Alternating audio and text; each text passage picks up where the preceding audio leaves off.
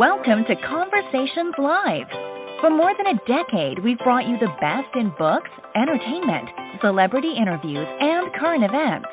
When the movers and shakers of the world have something to say to you, they say it to us first. Now celebrating 17 years of broadcasting success, here's your host, Cyrus Webb.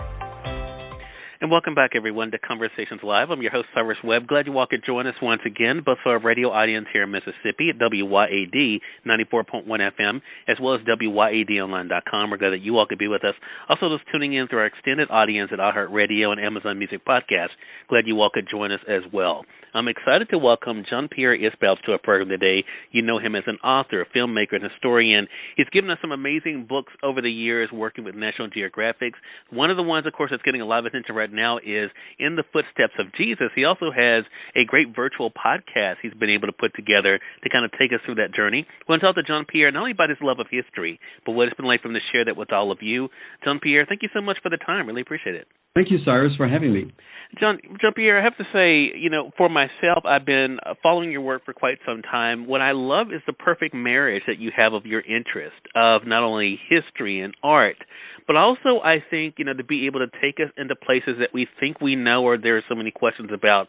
What has that been like for you to share your own curiosity with the rest of us? Well, it's been a long journey for me. I started in graduate school. I studied musicology, history, and archaeology. I couldn't make up my mind what I was going to do, so I did all three. And I was very early on really smitten by the discoveries that were coming out of the Holy Land. We're talking about the 1970s when biblical scholarship was in the post-war era was really starting to rise.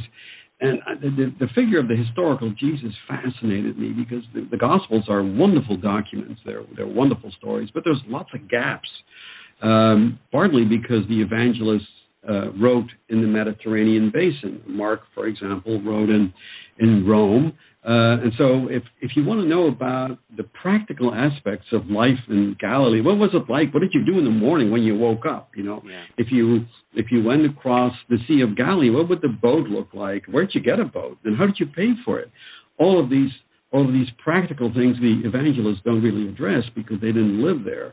And so that's what I set out to do. And so for many, many years, I collected all the documents I could find. There is, of course, the history of the Jews by the Jewish historian Josephus from the first century.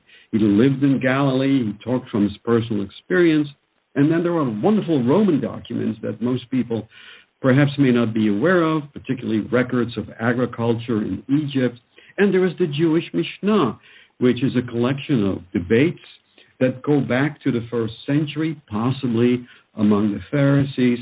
So all of these, combined with what biblical archaeology can tell us, informed this book. And what I wanted to do is pull it all together and really make it so much of an intimate encounter, as if you were walking with Jesus in his footsteps through Galilee in the first century. And thanks to National Geographic, I've been able to do that. So I'm very blessed in that regard. Yeah, and I mentioned, the virtual event you were able to do online to be able to kind of walk us through this as well, taking us into it. And I definitely invite our audience to go to jpisbouts.org to be able to check out the podcast there. But, Jean-Pierre, what I love about this so much is that I think you make it real. I think a lot of times when people are reading, and even people of faith sometimes, something seems so far off. I think to be able to make it something that is more tangible is definitely something that people appreciate. Is that some of the comments you've been hearing, is that people feel like now it's more a part of them? Absolutely. And, I get lots of email whenever, and also snail mail when a book like this comes out. And the results are really overwhelmingly positive. Really, people say, thank you for bringing me closer to Christ. And, I'm a believer. I'm a practicing Christian. When I write a book, I put my historian's hat on, but I'm still a believer. So I try to be very respectful of church traditions. And the wonderful thing is that if we focus on the historical Jesus, if we focus on the man of flesh and blood, informed by the documents of the time, as well as these biblical discoveries, these archaeological digs, then what we see is a person that can appeal to you whether you are a believer or not, regardless of your faith tradition. I mean, I give a lot of lectures at Lutheran churches, Catholic churches, Episcopalian churches, as well as venues around the world. And if you just focus on the historical basis, everything that we have found out, the sarcophagus of King Herod was discovered. We have a stone in Caesarea that confirms that Pilate was a real living person. So when you pull all that together, you create a three-dimensional portrait of what it was like to walk in Jesus' footsteps. And sometimes people ask me, is this book going to challenge my faith? Is there anything that's going to upset me? And I say, there really shouldn't be, because it will just give that faith a three-dimension that you didn't have previously. So that's my goal with this book, to give people that really intimate experience of walking with Jesus in the first century. Yeah, and we're talking about in the footsteps of Jesus, Jean-Pierre, but the truth of the matter is people have looked at your other work. I mean, you've gone even in other works with National Geographic in particular, of just looking at the world and looking at how things in the world have aligned, not only, of course, with history, but also Scripture as well. Have there been surprises for you along this way? I mean, have you gone into a project thinking one thing and come out with a totally new, for lack of a better word, revelation for yourself? Absolutely. And it happens all the time. It's and that's what the fun thing about biblical archaeology is, that we come up with new discoveries all the time, and then we have to scratch our heads and figure out, okay, how does this fit? They're going to give you one example. For a long time, it was universally believed that there were no synagogues in Galilee in the time of Jesus. The synagogues we do have in Capernaum and other places date from much later, 2nd and 3rd centuries A.D. And then in 2007, Dina Avshalom Garni, who's a wonderful Israeli archaeologist, discovered a synagogue in Magdala. This is the hometown of Mary Magdalene, Mary of Magdala.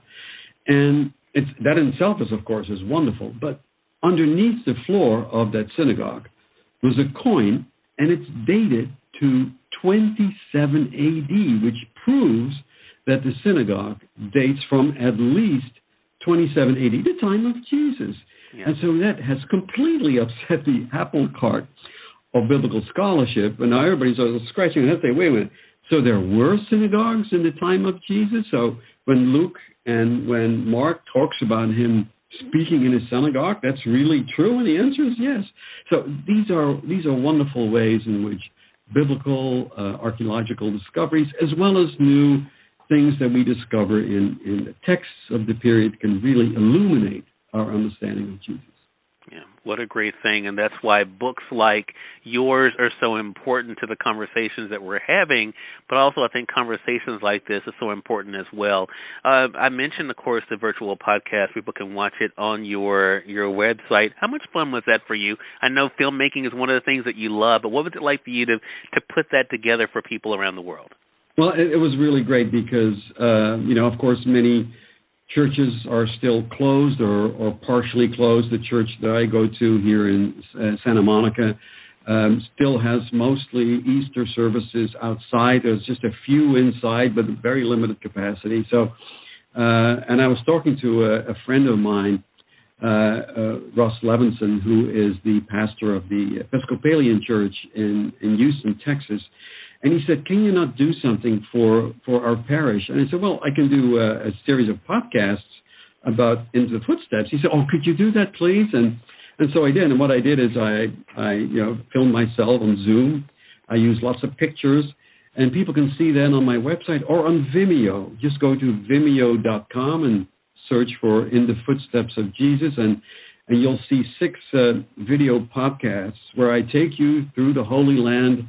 They're chronologically arranged, culminating, of course, in a hour-by-hour reconstruction of the Good Friday events, all the way through the crucifixion and the resurrection, and that's what I love to do, is just really take the reader through hour-by-hour reconstruction. What really happened in Jerusalem on that day? I mean, how did he get from the temple to the mount, and from the Mount of Olives. So from the Mount of Olives to the place where he was indicted by Caiaphas. What did that look like? How did that all work out? And that's what I tried to do with the thanks of the wonderful cartography section of National Geographic. I'm so grateful to them for having created beautiful maps that show this in detail. So I hope it's really going to be an inspirational experience for your listeners, particularly during this Holy Week. I think it will. So I definitely invite our audience again to go to jpisbouts.org. For those joining us via the podcast, we'll put that in the show notes for you. But again, JeanPierre Isbouts has been our guest. Make sure you guys do visit his website. Check out all the great work he's been able to do, the great books he's been able to write, but also the podcast we've been talking about here. JeanPierre, thank you again so much for this time. I really do appreciate it, and looking forward to having you back on the program again. Thank you so much, Cyrus. It's been a pleasure. Hey, the pleasure is definitely all ours, and we thank you, our audience, for tuning in to another great segment of Conversations Live. Until next time, I'm your host, Cyrus Webb, saying, as always, enjoy your day, enjoy your life, enjoy your world. Thank you all for choosing Conversations Live. Now let's go make today amazing. Take care.